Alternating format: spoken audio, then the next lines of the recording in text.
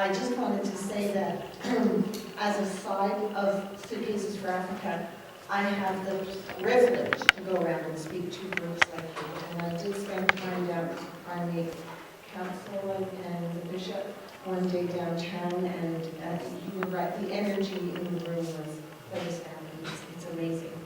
And it's so fun for me to go out and be with like-minded and like-spirited people. My Kiva account has just been hitting my loan, and so we're now sitting going through all the profiles that have come in to see who, because we've got to get that one back out, and it can't sit there, it's got to get back out. Kiva is an amazing fund. I just love it. Suitcases for Africa is certainly a grassroots organization by definition. We work through community participation and partnerships to better lives any way we can in Kenya. And it all started, in recognition and honor of Dr. Ebi Kiminani. I don't know if any of you have ever met Dr. Kiminani. She was a West Islander who grew up in Kenya. She was lucky enough to have been sponsored through her education right up to her doctorate at UCLA.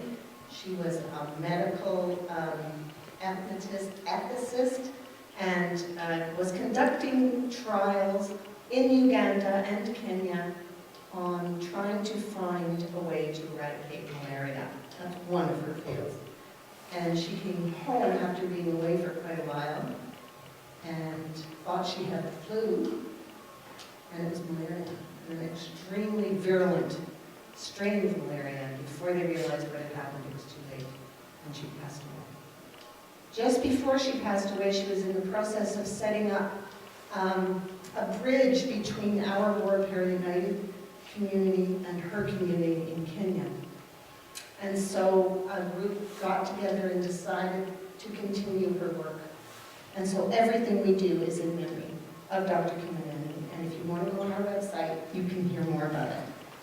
The first set of suitcases that went over in 2006 has now evolved into an annual trek.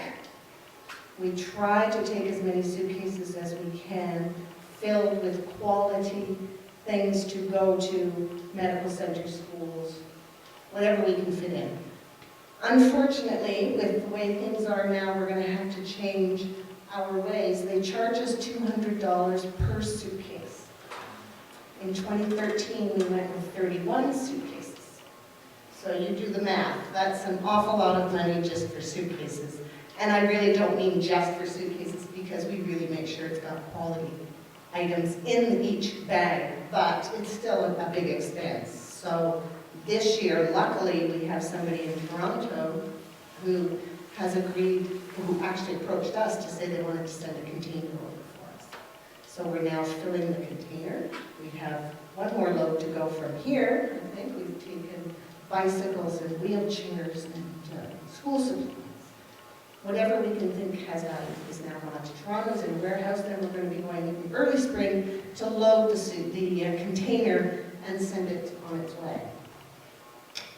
One of our big fundraisers annually is our comedy night, and it's thanks to people like Marie and Lauren who come and support a fun evening. We have a great time. It's at St. Edmund's School. It's April 17th this year, but all of our activities, we have no corporate sponsorship. We don't really want corporate sponsorship. We want to be able to control what we do, where we do it, and when we do it. So we have personal contact with just about everybody, excuse me, who donates to us. And so one of our fundraisers is this comedy night, and it's a fun night. So everything we do is West Island based. There's about 12 of us on the executive and on various committees, and other than that, it's just people like you who do what they can when they can, excuse me, and we go with that. So I brought some pictures today that I thought you might like to see, and it's from our 2014 trip. We were there in October for a month. When we travel, we take our suitcases. This year, we took only 8 bags with us, and we had the most trouble getting those 8 bags there than we did, well, last year was pretty bad too. When we showed up at the airport with 31 bags, you can imagine the travel agent sitting behind the desk kind of goes, no, I'm leaving for dinner, I'm not dealing with you. And yet they know we're coming in advance. We try to make all these, so we were thrilled to be just traveling with 8 bags last year. It was a breeze. We have to go through some European centers, usually London, France, Frankfurt, Zurich, Amsterdam. I think we prefer Amsterdam the best. But in order to get to Nairobi at a time that we feel safe, we have a 15-and-a-half-hour layover in Amsterdam. So it's like an 8-hour flight, then 15-and-a-half hours there, and then another 8-and-a-half-hour flight to Nairobi. So we went and did a tour. The first year we did this, we all fell asleep on the boat. You know, you're lulled on the canal, you've been on the flight for so long. So this year we didn't. We just enjoyed the scenery, looked at all the houses. I mean, Amsterdam really is a very pretty city, but it's a long delay. Driving in Kenya. Nairobi has 5 million people. The infrastructure's not there. It's coming, but it's still, I mean, there's skyscrapers. It's a big, beautiful metropolis city. But we find that we're sharing the road with everybody and everything. This is traffic in Nairobi. It can take an hour to travel 82 kilometers. Once you get out of this, not 15 minutes from this center, this is who we have to share the road with. And that's very common.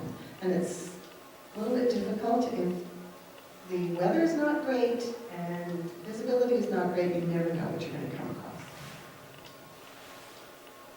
This is how the locals have deliveries. This is somebody delivering something from a side artisan or somebody. This is furniture that's being delivered. Somebody's lucky. They've got enough money to buy this, but we share with people and their carts, and you give way to them. Bananas just off the stalks. I was astounded. Those bananas weigh a ton when they're like on their bunch, and so he's balanced on his bicycle. We had 18 bikes that the city of Beaconsfield allowed us to pick up from their garage, bicycles that have been collected from the city to take to Kenya. A lot of bicycles, well, these bikes, they don't have brakes, they don't have gears, and most of them, well, there's bike repair shops every couple of kilometers everywhere in Kenya because that's the main mode of transport, and so that's what they're doing, is just repairing tires, Excuse me. And you see the road conditions are very hard on bikes. Children getting a ride. I can't imagine where they had been, but they're enjoying the ride back. Carts are everywhere. Typical roadside stand. Where we go is the city, or the town that we're based in is called Kakamega, and there is a Kakamega rainforest there. And it's shrinking at an alarming rate, but it is a full rainforest. And so they do get rain almost every day, a little bit of rain. So it does produce, if you're near the rainforest, there is some crops that they can sell on the side of the road. And just some people that we will meet along the way. It seems such a cliche, women carrying things on their heads, but they really do. And they start very, very young. We have seen little 3-year-olds with big water bottles in training. They don't have water in their bottles yet, but they're still learning how to walk with that beautiful straight back and long neck that the Kenyan women have, and to carry things on their head. And they all carry things on their head. Even a full suitcase, because as you can see, the road, you certainly couldn't pull that suitcase along behind you. It's all rutted and rocky, so it's easier to just pop it up under your head. Same thing, men don't carry as much as their head as they do on their shoulders, but it's manual labor no matter what. That's how they get things around, and that's probably a bag potatoes. This is very typical. This is how you would shop. Somebody will string up some wire, hang some clothes on, and these are probably clothes that have been sent from here, although most of these ones in this picture are new, so somebody has paid to have them come in and sell them on the side. Again, women carrying things on their head. It does look lush there. The earth does look wonderful. It's red. It looks beautiful. You would think it's full of nutrients, but it is not. It's totally depleted. And when it does rain, if it rains a little too much, it all just washes away. It's washed away. Women, that's Napier grass that the lady in front has on her head.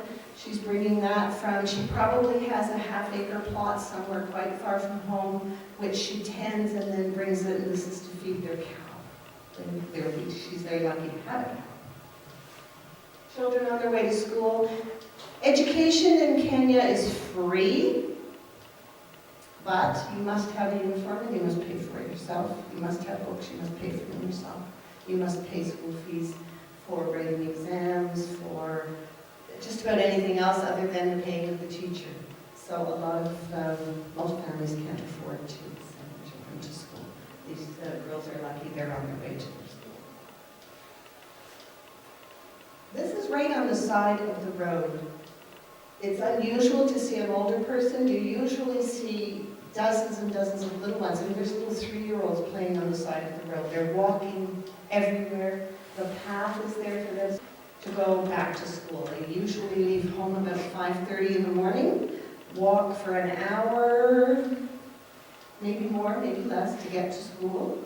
If they're lucky, they walk home. If not, they stay and don't have lunch, because most of them don't have lunch. And then they get home in the dark again. They're often home by 6. It's a long day. This is, you see the little van that we had. This is how we travel every day, packet full of the suitcases that we brought for the specific areas that we're going to the day. And John, our driver, changes tires at least 3 or 4 times in the 3 or 4 weeks that we're there. We have flat tires. He's had to change brakes on the side of the road. He's had tires. And he's like the Pied Piper. Wherever John is, children just come. And you see, they're helping him change the tire. And he would never think to say, move back, I need space. They just go on so next. Father Paul is a Catholic priest, and we do quite a bit in his community. And he has come to Montreal twice now. He was just here to say thank you to all the people who have donated money to help in his community. So we did a lot at Morembe School, and they've changed the name to Morembe St. Paul in his honor. So this is Father Paul's church, right on his compound. Up at the top is Father Paul with David, who is one of our administrators. Down below, it's with John, our driver, who's sitting on my left. David and Father Paul again, and they're looking at my little surface, and they just were so astounded that something that tiny can have that much information and that many pictures in it, and were astounded. It was great to take pictures and messages with people here, there. This is Morembe School, and this is very typical. Their windows don't have panes in them. Talk about single glazing. They don't have any, but they of course don't have the weather we do. But that's typical. It's dung. The walls are made from dung. If they can afford it, they parge the outside into a smooth, but then the parging does fall off, but it's very typical to have just dung.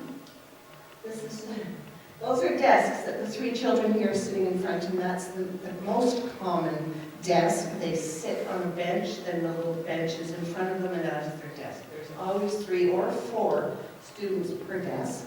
There were 550 students at this school, and they had 47 desks. So they have to share them. They have to share the classroom. Some go outside to learn while others are inside. They have 12 teachers. This is, in the background you can see Emelinde School, and we're on our way to the Emelinde Orphan Hostel, which is again on Father Paul's compound. and the children saw the vehicle. It's quite unusual to have a vehicle driven around, so when they see one, we're like a magnet. They just gather, and they come running and cheering. And often we have trouble getting our doors open. They're so excited. I mean, imagine being greeted like this anywhere, and this is what we get every day. We come home, such a letdown because there's nobody cheering and there's nobody clapping and there's nobody singing for us. Wherever we go, we're like movie stars when we go. And the smiling faces just make it all worthwhile. These are new bathhouses for the boys and girls at the orphan hostel. There's no running water there, of course. There's outdoor latrines, which we have built. Their showers are not, they call them bathhouses or showers. They take a bucket of water with them, and it's not heated. They've gotten it from a stream. They go into a little enclosure and they sponge themselves down. So we erected these facilities for them. The one on the left is the boys, and the one down below is the girls. We have education programs in Kenya. They value education very highly. They know that they need to have an education to go and learn the world. Children work so hard, it's amazing, and their teachers too. With they have no books. It's so hard for us to think here. I mean, you can walk down the hall of any school and you'll see paper on the floor, you'll see pencils and erasers, and they all get swept up and off they go to the garbage. These children will have an exercise book that's about 4 years old, and they erase it all and start again next year. The school has an exercise book, not the children. So we have, this is at Morambe School. This is a school that has 550, well now they're pretty close to 600 students. We bring as many teaching aids as we can for the teachers, but a lot of what we have here is not appropriate for what they're learning there, so we try to buy as many materials there as we can, but even that's difficult. So this school, very overcrowded. We have built 2 big classrooms for them. It's very overcrowded. You see there is a slate board at the end of the room. The teachers really do the best with what they have, and the children do their best also. We have 60 students in our education program now. This is still Morambe. We had fun with this picture. It's a Where's Waldo? Michelle and I are actually in the center of the picture. You have to look pretty closely to see. Of course, I was in purple, so I really did even more. But it is a big celebration every time we go. They sing, they dance, they tell stories, and they entertain us as their visiting guests. We did a banana plantation, and actually, this small little St. George's community actually banded together with this banana plantation, and they funded 90% of the bananas. These children are now going to have, it's actually being harvested probably last week and maybe this week, and they're each going to be having a banana a day. And that, doesn't sound like much to us, but to them.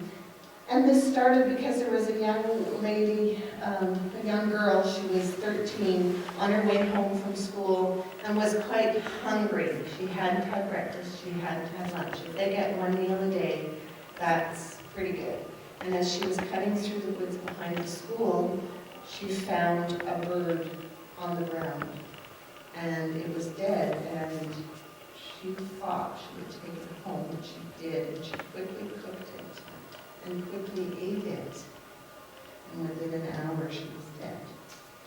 They think it was a poisonous snake that killed the bird, and the venom was in the meat and killed her. So this is in her memory that this banana plantation was started. And she was afraid to let her caregiver know because she knew she shouldn't have picked it up, but she was so hungry. And they did that we could have saved her if she'd gotten medical care sooner. It was just too ill. So these are children that are going to enjoy bananas. These are books that I had children at Beaconsfield High School make to go specifically to this group of kids. So they wrote and illustrated each page, and then we had them translated into Swahili. We had them down and we took them there, so they had books and we handed them to read, and that was really fun and very well received. This is the Buchanan Memorial Library at Itagero, and this is the school that Ebby actually went to in Itagero, and we keep it as our flagship. We always go to the school, we always bring something there and fund as much as we can there, and every single book in her library we have brought with us, and it's kind of neat to see them enjoy them. This is a little tiny community, way, way, way out. These children are ragtag, real ragamuffins, and it is an ECD, Early Childhood Center. And the children were, when we were first there, we were saying at first, my, they're so well behaved. And then we realized that they were very lethargic because they were hungry, they were ill, they just didn't have this spark. We started a feeding program right away. We installed a well. Last year we opened a mill in their community, and the children are running around wild. So it's really neat to see. The runny noses had stopped, the coughing had stopped. They now have a feeding program that they are funding themselves. We don't have to fund it. They are doing it themselves to get them 1 meal a day at their school. So that's a huge success story. Try and zip through. Okay, well, if that's okay, I'll zip through really fast. This is our 53 students last year. We've now gone up to 60 in our education program where they get all their school fees and their uniforms paid. I'm not sure the government likes the idea, but we're there for them. This is the grade 8 students that were preparing to write their exam to go on to further education. Once a child reaches the level of grade 8, they are then able to apply for technical training or high school if they can afford it. But if you haven't got your level 8, you can't go any further. So our goal is to get as many kids as we can to level 8. And actually these students, out of the 10 of them, out of 11 of them, 10 passed their grade 8 exams, which is just astounding. Our whole, we had a, was it 93% pass rate of all our students this year. And that's huge, we're really excited. Each student that is sponsored by a Canadian sponsor here gets a letter that I take with me, written from their sponsor with their pictures or with a story about their family or something. And they read these letters, then they write a letter back, and I bring it back. And we have sponsors at BC, we have sponsors in Newfoundland, and we kind of have spread out. But they do love these letters, both ways, love the letters. We always have a special meal the day that we gather together for this this little gathering where we have all the, they go to many different schools, so it's one time to really get together and come together with our administrator and us, and we have a big meal, thanks to a sponsor here who always gives us money for this meal. Bicycles, as I said, are the mode of transport. It's not unusual to see 3 or 4 people on a bike. If they can afford to take a motorcycle, it's a hooky. It's like our taxis, and on the motorcycles, no helmets. You're like on a baby squish or sitting up on handlebars. It's very scary, but they do travel a lot by bike. This is a cow project we have. These are all cancer survivors, or, sorry, not cancer, HIV survivors. All these women have HIV, most of them have lost all their families, and this is a support group. And we started the cow project, and here came a calf that was getting ready to be handed over to its sponsor. We started out with 8 groups of 5, had a cow. Now they've all had their babies, and the calves have been spread out, so each group is going to eventually have their own cow. Sunset at Kiboko Bay, this is Lake Victoria, and if you go straight across, you end up in Uganda. We always take a day when we get back down to Nairobi when we've been working. We take a day to go and treat ourselves, and one of our treats is to go to Giraffe Sanctuary, and this is Giraffe Hotel, and that's Daisy. Daisy comes to be fed and comes many times. She sticks around. She's really very popular, but they have her on a diet now. So they're telling us to please not do too much food, but she'll take as much as she can get, and she does have up. She's angry. There's Daisy, getting more food and more food. You can go on to the next. And this is my all-time treat. This is the David Sheldrick Elephant Sanctuary. If you've heard of it, it is an amazing organization. They go all over to rescue orphaned elephants because their mothers have been slaughtered for their ivory. And it is the saddest situation to see these babies. Now these three, the one in the front and over on the side, had just arrived at the sanctuary when we were there. They pine, they cry, they miss their mothers. And so these keepers stay with them 24 hours a day. They are never alone. And it is the most amazing thing to see a baby elephant lying, having her nap, and reaching up her trunk just to find somebody, and the keeper will be there for her. They're emaciated. If you can see, their skin is just hanging. Some of them, they could have been left for a week before they were found, or before they were able to rescue them and bring them to the sanctuary.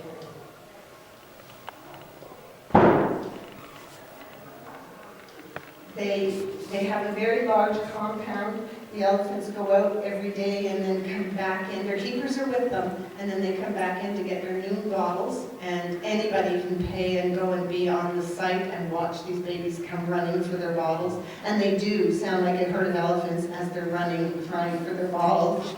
And because I have sponsored an elephant, we got to go at the 5 o'clock when the public is not allowed in, to be actually right there or feeding the bottles. And then as soon as they have the bottle, they actually lie down to the grass, get their blankets on, and sleep like babies. They're just the cutest little things. Next, please. That's probably about it. This is unusual. A little giraffe had been orphaned, and they brought her into the sanctuary. And when we were there, she didn't seem to have much sparkle. We kept saying to Michelle, she looks so sad. And 2 weeks later, she actually passed away. They're not sure why. They think she just climbed her mother. These are just, a face that only a mother could love. These little warthogs, they cannot eat standing. They can't reach the ground to eat. They have to kneel on their front elbows to actually reach the ground to eat. But it was such a treat to see this new little baby. So thank you so much. I'm sorry, I know I can talk. But thank you so much for having me here. And afterwards we'll have coffee.